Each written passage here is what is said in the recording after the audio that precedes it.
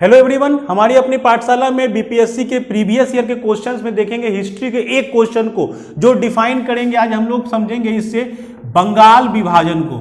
ध्यान से समझो, इंपॉर्टेंट टॉपिक्स को ही जो एग्जामिनेशन के क्वेश्चन है उसी से हम लोग अपने कॉन्सेप्ट को बता रहे हैं ताकि जो बच्चा पढ़ा हुआ पहले से है उसका रिवीजन हो जाए, जो नहीं जानता है, जो नहीं पढ़ पाया, जिसका पहला अटेम्प्ट है, उसे क्वेश्चन बैंक से तैयारी करने का पूरा मौका मिल जाए। सारे फैक्ट, सारे पॉइंट, सारे कॉन्सेप्ट को हम एक जगह आपके सामने प्लेस कर दे रहे हैं ताकि आपको एग्जामिनेशन में कोई कठिनाई महसूस ना हो और आप अधिक से अधिक, क्योंकि उस क्वेश्चन से लिंक सभी क्वेश्चन को हम लोग यहीं पर डील कर देते हैं, तो आप अधिक से अधिक क्वेश्चन को एग्जामिनेशन में सॉल्व कर पाओगे। जैसे क्वेश्चन पूछा गया था, ये बीपीएससी 56 का क्वेश्चन है 2015 में, बंग भंग के बाद कौन सा आंदोलन शुरू हुआ था।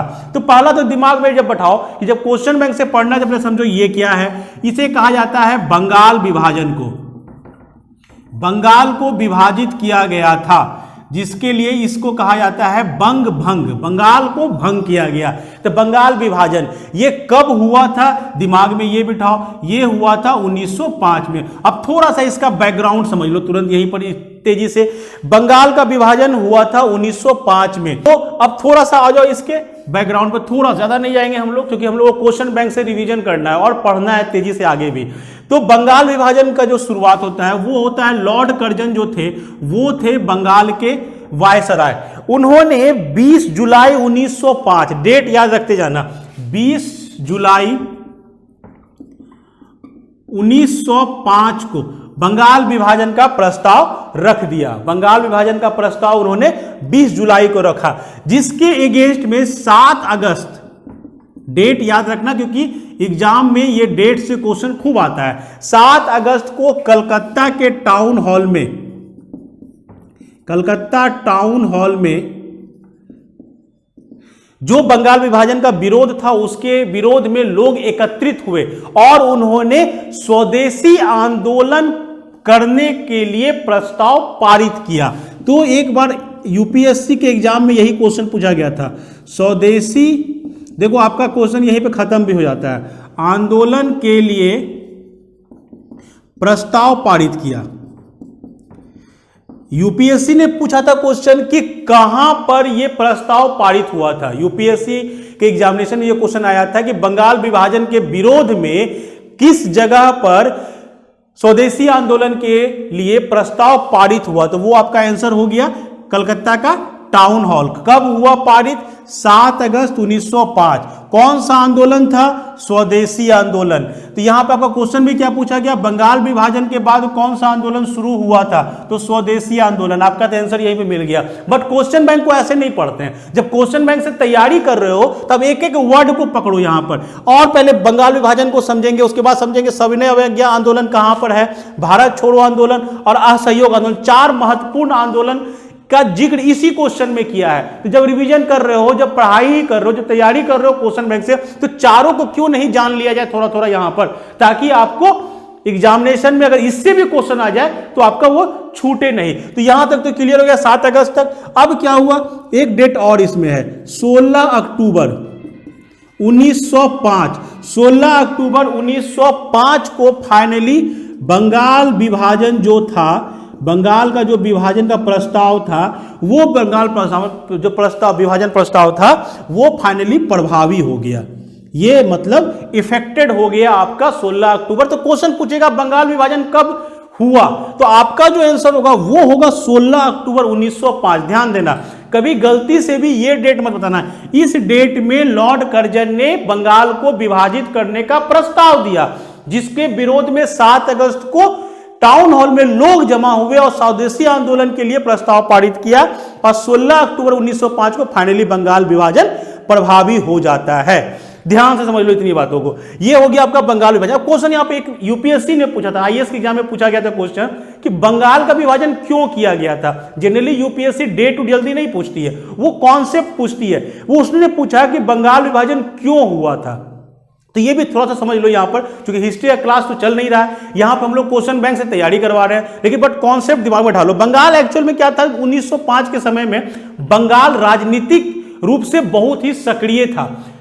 भारत की राजधानी भी कलकत्ता थी उस समय, और बंगाल चूंकि बहुत ज्यादा डेवलप्ड हो चुका था, तो बंगाल में जितने भी बुद्धिजीवी लोग थे वो लोग वहां पर एकत्रित होते थे और वहां पर बहुत सारी सभाएं होते रहती थी लगातार, जिससे कि वो एक राजनीतिक का केंद्र बन चुका था। और अंग्रेजों को ऐसा लगा कि ये राजनीति का केंद्र हम लोग के लिए घातक है, तो क्यों ना इस राजनीतिक केंद्र को तोड़ा जाए। तो तोड़ने के पीछे उनकी जो मंशा थी वो थी कि बंगाल को इस प्रकार से बांटो कि बंगाल में जो एकता है, हिंदू मुस्लिम की जो एकता है, उस एकता को भंग किया जा सके। सो बंगाल को बांटा गया दो पार्ट में, पूर्वी बंगाल, पश्चिमी बंगाल। पूर्वी बंगाल में बंगाल के साथ असम को रखा गया, और ध्यान से समझो पूर्वी बंगाल में मुसलमानों की बहुलता थी, यानी मुसलमानों को अलग कर दिया गया। और दूसरा पार्ट रखा पश्चिमी बंगाल, जिसमें पश्चिमी बंगाल, उड़ीसा और बिहार को रखा गया। तो इस प्रकार बंगाल बटा दो पार्ट में। तो हुआ क्या कि एक तरफ हिंदू की बहुलता हो गई, एक तरफ मुस्लिम की बहुलता हो गई। एक्चुअल में था उनका कि उस राजनीतिक सक्रियता का कारण था वहां पर एकता, हिंदू मुस्लिम में एकता। तो एकता को तोड़ने के लिए बंगाल को विभाजित कर दिया गया। तो अगर कभी क्वेश्चन तुमसे यह भी पूछ दे कि बंगाल विभाजन क्यों किया गया लॉर्ड कर्जन के द्वारा, तो आपके पास अब आंसर रहेगा। अब आ जाओ इसका जस्ट इसके लास्ट पे आ जाओ कि बंगाल विभाजन हुआ, फिर क्वेश्चन तुमसे पूछेगा बीपीएससी, ये बीपीएससी का ही क्वेश्चन था, उसने पूछा भी था कि बंगाल विभाजन रद्द कब हुआ। तो बंगाल विभाजन रद्द होता है 1911 में।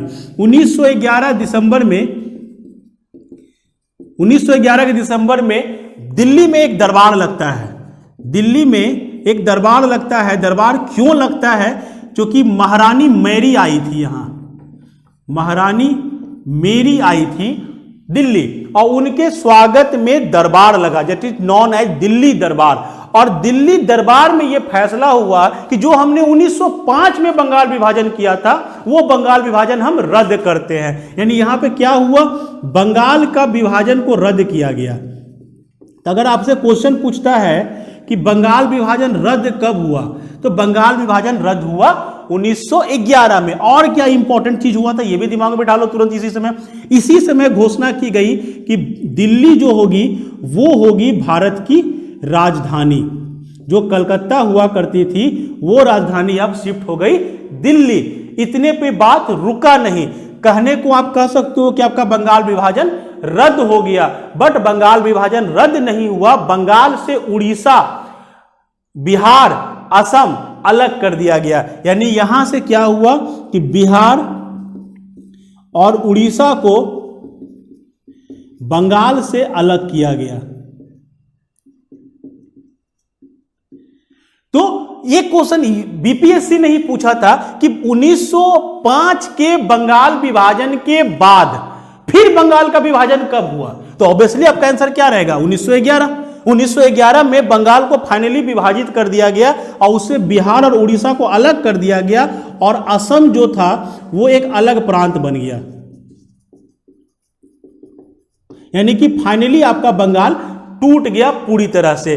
तो क्वेश्चन आपको दो तीन तरीके से इसमें पूछा बीपीएससी। पहला क्वेश्चन पूछा बंगाल विभाजन कब हुआ, चलो जानते हैं हम लोग। दूसरा क्वेश्चन पूछा बीपीएससी ने कि बंगाल विभाजन के समय में वायसराय कौन थे, तो चलो लॉर्ड कर्जन थे, ये भी हम जानते हैं। स्वदेशी आंदोलन उसके विरुद्ध हुआ, वो भी हम जानते हैं। स्वदेशी आंदोलन से रिलेटेड कुछ इंपॉर्टेंट चीज दिमाग में डालो। रविन्द्रनाथ टैगोर जो थे वो उस समय बंगाल में बहुत सक्रिय थे, तो उन्होंने राखी दिवस मनवाया। राखी दिवस मनवाया, गंगा जी के किनारे, हुगली नदी के किनारे जाके उन्होंने नहा वहा कर वो मुसलमानों को राखी बांधा ताकि एकता बनी रहे। तो ये क्वेश्चन ये भी पूछता है कि राखी दिवस किस आंदोलन का एक पार्ट है, या किसके विरोध में रक्षाबंधन मनाया गया था, या रक्षाबंधन का त्योहार किस आंदोलन का एक भाग रहा।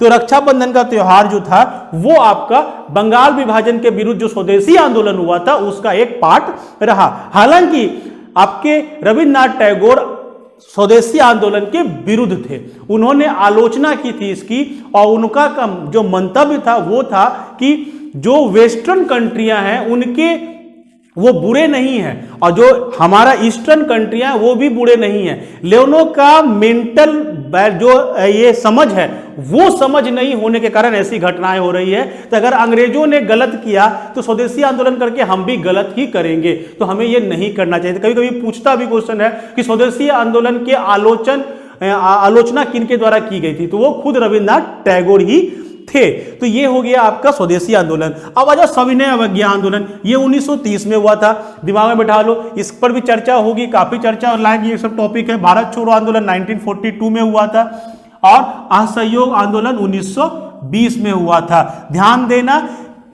अगर एक कॉमन चीज बोला जाए कि इस चारों आंदोलन में से जो ऑड है उसको हटाओ, तो ऑड देखो यहां पर ये होगा स्वदेशी आंदोलन। कैसे? इस तीनों आंदोलन में गांधी जी सक्रिय भूमिका है, इस आंदोलन में गांधी जी की भूमिका नहीं है। यानी कि आप कह लो कि अगर गांधी को पढ़ेंगे जब हम, तो गांधी में देखेंगे सविनय अवज्ञा आंदोलन, भारत छोड़ो आंदोलन और असहयोग आंदोलन, बट स्वदेशी आंदोलन में गांधी जी की एंट्री नहीं होती है। तो ये एक क्वेश्चन से हम करने कोशिश किया कि आपको मैक्सिमम फैक्ट दे दे ताकि आपको एग्जामिनेशन में और भी अधिक से अधिक क्वेश्चन बन सके। होप आपको क्लास अच्छा लगा होगा। अगर अच्छा लगा तो चैनल को सब्सक्राइब कर लो, बेल आइकॉन दबा लो ताकि आपको नोटिफिकेशन मिलता रह सके। लाइक कर दो, शेयर कर दो। Thank you.